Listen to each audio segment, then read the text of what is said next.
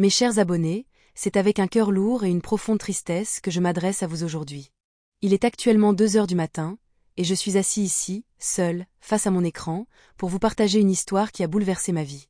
Une histoire qui m'a appris des leçons douloureuses, mais que je ressens le besoin de partager avec vous, car elle fait partie de mon parcours, de mes erreurs, et peut-être que cela pourra servir à quelqu'un d'autre. Il y a 7 ans, j'ai quitté tout ce que je connaissais pour venir en Europe, avec un rêve en tête. Construire une vie meilleure, réussir, et un jour, pouvoir réaliser mes projets les plus chers.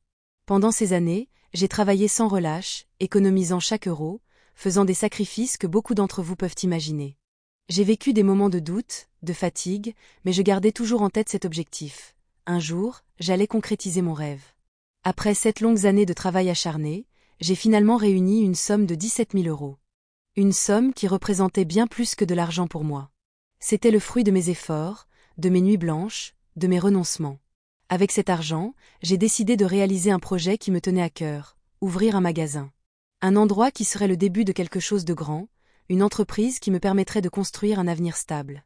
Mes parents, que je respecte et en qui j'ai toujours eu confiance, m'ont conseillé de confier la gestion du magasin à un membre de la famille. À l'époque, cette idée m'a semblé logique, rassurante même. Je me suis dit que, en cas de problème, mes parents interviendraient, et que la famille, c'est une valeur sacrée, un lien de confiance inébranlable. J'ai donc accepté cette proposition, convaincu que c'était la meilleure décision. Le gérant, un membre de ma famille, m'a fait des promesses solennelles. Il m'a assuré que tous les 6 mois, il me fournirait un rapport détaillé des ventes, des dépenses et de l'état général du magasin.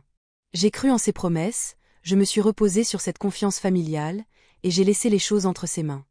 Mais voilà, la réalité a été bien différente. 2 mois seulement après l'ouverture du magasin, j'ai reçu un appel qui a tout changé. Le gérant m'a annoncé, d'une voix tremblante, que le magasin était vide. Les comptes étaient vides. Tout ce que j'avais investi, tout ce que j'avais économisé pendant cette longue année, avait disparu en un clin d'œil. En 2 mois, tout avait été gaspillé, dilapidé, sans que je ne m'en rende compte. Je ne peux même pas vous décrire ce que j'ai ressenti à ce moment-là. C'était un mélange de colère, de tristesse, de désespoir, et surtout, une profonde déception. Comment cela avait-il pu arriver? Comment avais-je pu faire confiance à ce point, sans vérifier, sans contrôler? J'avais l'impression que tout ce pourquoi j'avais travaillé si dur s'était effondré en un instant. Mes parents, bien sûr, ont essayé d'intervenir, mais il était trop tard. Les fonds avaient disparu, et il n'y avait plus rien à sauver. J'étais face à une réalité cruelle. Non seulement j'avais perdu mon investissement, mais j'avais aussi perdu une partie de ma confiance en les autres, et en moi-même. Aujourd'hui, je suis là, devant vous, pour partager cette histoire. Pas pour chercher de la pitié, mais pour vous dire que parfois, la vie nous réserve des épreuves difficiles à surmonter. J'ai appris, à mes dépens, que la confiance, même envers la famille, doit être accompagnée de vigilance. Que les promesses, aussi belles soient-elles, ne valent rien sans preuve tangible. Et surtout, j'ai appris que même dans les moments les plus sombres, il faut continuer à avancer. Je ne sais pas encore ce que l'avenir me réserve. Je suis blessé, mais je ne suis pas vaincu.